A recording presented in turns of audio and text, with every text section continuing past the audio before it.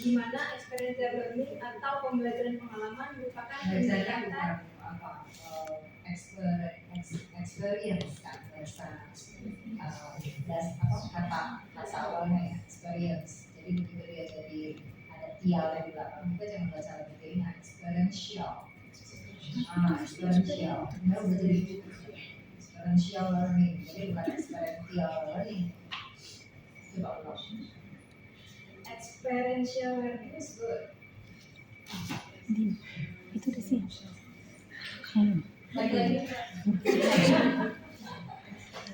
Nah ini PDF ya? Nggak ada video. Mana satu video?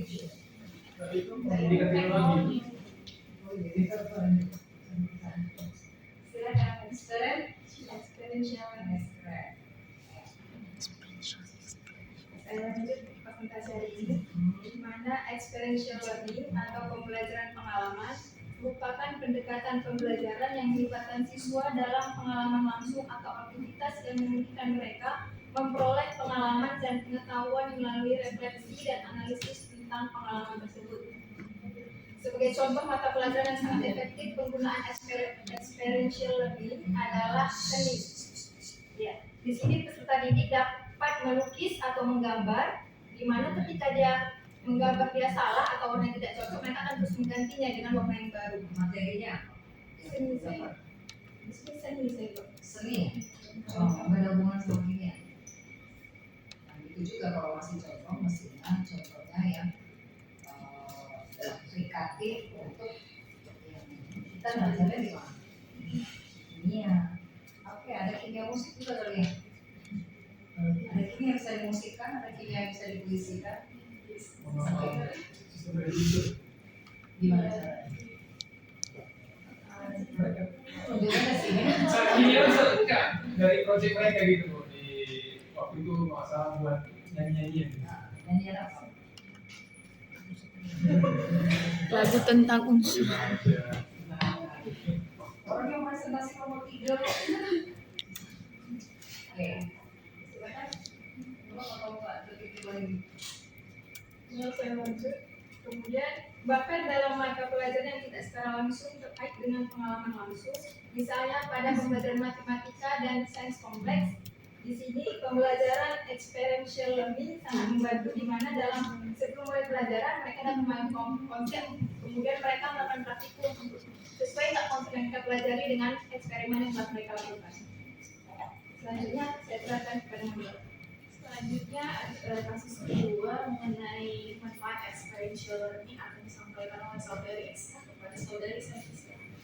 Baik, saya akan melanjutkan kasus yang kedua. Apakah manfaat daripada experiential learning? Nah, yang pertama, manfaat tersebut yaitu meningkatkan kemampuan memecahkan masalah. Jadi siswa dapat memecahkan masalah. Kemudian yang kedua, membantu siswa dalam mengaitkan materi pembelajaran dengan keadaan yang nyata. Kemudian yang ketiga, meningkatkan kemampuan siswa dalam berpartisipasi aktif dalam proses pembelajaran. Kemudian yang keempat, meningkatkan kesadaran akan rasa percaya diri. Kemudian yang kelima, menciptakan pembelajaran yang bermakna bagi peserta didik. Yang keenam, memunculkan suasana belajar yang menyenangkan sehingga tercipta situasi belajar yang menyenangkan bagi peserta didik. Kemudian yang ketujuh, dapat meningkatkan kolaborasi antar peserta didik. Jadi menurut kami experiential learning ini sangat bermanfaat untuk peserta didik. Misalnya ketika siswa sudah melakukan kesalahan pada masalah sebelumnya, maka dia tidak akan mengulanginya. Misalnya pada salah satu praktikum, misalnya pada literasi asam basa. Nah, ketika siswa gagal dalam melaksanakan percobaan tersebut, maka dia akan mencari di mana kesalahannya dan tidak akan mengulanginya lagi. Seperti itu. Apa contoh kesalahan yang terjadi pada literasi asam basa? Misalnya warnanya dia terlalu lama melakukan literasi itu, jadi dia pilihan literasinya tidak sama. Ada literasi asam basa praktikum untuk SMA? Ada Bu. Experiential. Kalau apa sampel? Mereka di sekolah itu bukannya bawa sampel yang bersifat asam, bersifat basa, jadi bawa ke kelas. indikator asam basa gitu. Itu penentuan Penentuan asam basa. asam basa gitu. Berarti dia pakai Indikator buah Indikator kental. alami apapun. indikatornya. Kalau indikator buah kan misalnya indikator PP. diameter Itu dikerjakan Ya, di kertas hapus. sekolah pakai kertas hapus. atau diameter. Ya.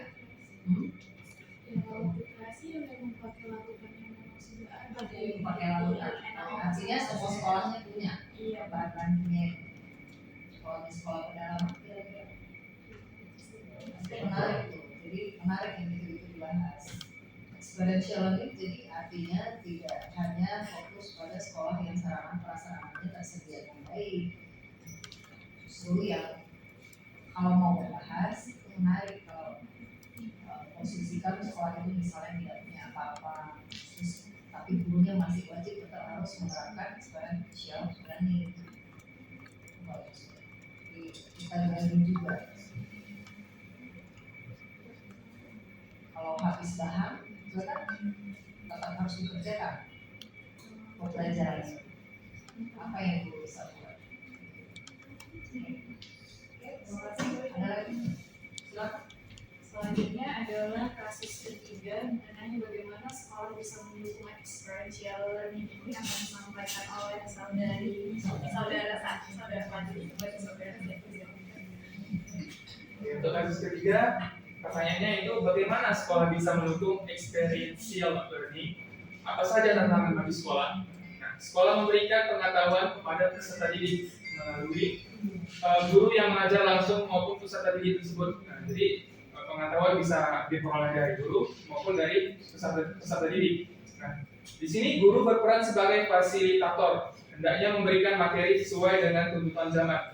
Sekolah memberikan fasilitas agar peserta didik mau belajar dengan kehendaknya sendiri. Fasilitas berupa ruangan belajar, perpustakaan yang berisikan banyak buku, nah, kemudian laboratorium dan penunjang hal yang lainnya. Nah, contoh kasusnya, ketika kita mau mempelajari asam basa gitu kan.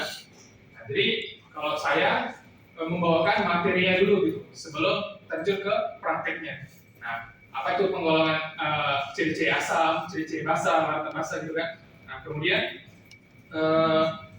jika dikaitkan dengan materi yang lalu tentang materi larutan elektrolit, nah, apakah terbagi gitu jenis asam gitu, asam kuat, asam lemah berdasarkan derajat ionisasinya gitu atau daya hantar listriknya. Nah, itu saya sampaikan di kelas. Nah, kemudian membawakan praktikumnya. Nah, praktikumnya yaitu berupa ya kalau misalnya di sekolah yang saya terapkan itu biasanya pH meter dan kalau pH meter enggak, ya indikator lakmus asam basa untuk menguji apakah suatu zat itu berupa bersifat asam atau basa. Nah, kemudian kalau misalnya untuk kasus untuk sekolah pedalaman, ya menurut saya yang paling bagus itu adalah menguji indikator asam basa menurut indikator buatan seperti buah naga, kol merah, Kunyit. kunyit, seperti itu. Kembang sepatu. Nah, itu tuh kalau misalnya menguji larutan asam basa jika tidak ada indikator pH maupun pH meter gitu, atau lakmus merah atau lakmus biru. Yang pernah saya sama mahasiswa buat itu dari bawang merah. Bawang merah juga bisa jadi indikator asam basa dan itu semua biasanya punya bawang yang tidak kembang sepatu kayak biasanya sepatu yang kembang lumayan. Oke, sudah. Kemudian ada tantangan bagi sekolah adalah kurangnya sumber dana ya, khususnya pada daerah pedalaman. Jadi sehingga memungkinkan adanya perlu kreativitas guru untuk mengajarkan ilmu kimia, khususnya di bagian praktikum. Tantangan ini menurut kelompok saya. Oke, selanjutnya adalah apakah karakteristik peserta didik bisa mempengaruhi penerapan experiential learning akan disampaikan oleh saudari Santa. Baik, terima kasih kepada moderator. Di sini saya akan melanjutkan kasus yang keempat. Menurut kelompok kami, karakteristik peserta didik sangat mempengaruhi pada penerapan pembelajaran experiential learning. Yang mana salah satu karakteristik peserta didik dalam belajar yang perlu diperhatikan seorang guru dalam pembelajaran dan yang berpengaruh terhadap efektivitas belajar dan pembelajaran, yaitu adalah gaya belajar yang dimiliki peserta didik. Seperti yang kita ketahui, ada 4 gaya belajar, yaitu meliputi visual, auditori, audiovisual, dan kinestetik. Nah, peserta didik memiliki perbedaan dalam gaya belajar tersebut. Ini merupakan tantangan bagi guru dalam mendesain modul ajar yang akan diterapkan dalam kelas. Jadi pada pengalaman saya di PPL 2, di Sekolah Mitra SMA Negeri 1 Pematang Siantar, setelah saya melakukan pemetaan di dalam kelas 11 IPA 4, di situ saya menemukan 3 gaya belajar peserta didik. Yang mana yang tertinggi itu adalah gaya belajar kinestetik, yang kedua ada audiovisual, dan yang ketiga visual. Untuk auditorinya sama sekali tidak ada. Jadi cara saya untuk memenuhi gaya belajar peserta didik tersebut, yang untuk visual saya membagikan bahan bacaan kepada mereka yang berisi gambar-gambar yang memudahkan mereka untuk mengetahui materi. Yang untuk audiovisual saya memberikan link YouTube bagi mereka untuk mengamati video animasi, dan untuk yang kinestetik saya memfasilitasi peserta didik dengan mengadakan adanya kegiatan praktikum di dalam kelas. Sekian dari saya kembalikan kepada moderator. Oke, selanjutnya adalah kasus kelima yang akan saya sampaikan.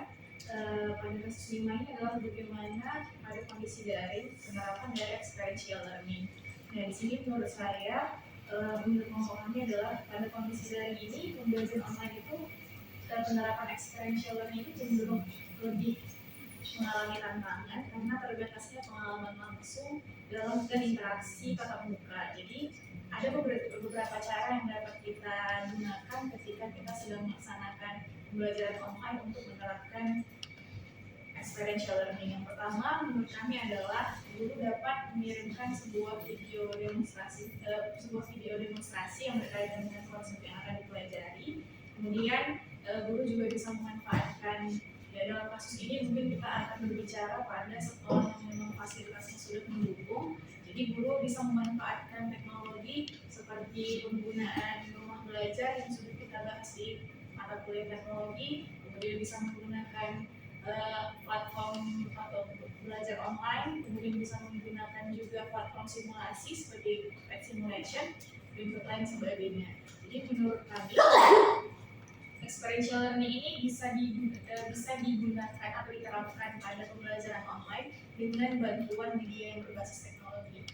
Nah, mungkin kalau pada contoh kasus sekolah yang memang memiliki kekurangan sumber daya, dan bisa juga guru memberikan alternatif pembelajaran itu dengan menggunakan benda-benda yang ada di sekitarnya. Seperti yang sudah dilaporkan tadi, ketika akan mengukur mengetahui suatu hujan itu asal atau basah bisa menggunakan indikator alami dan lain sebagainya.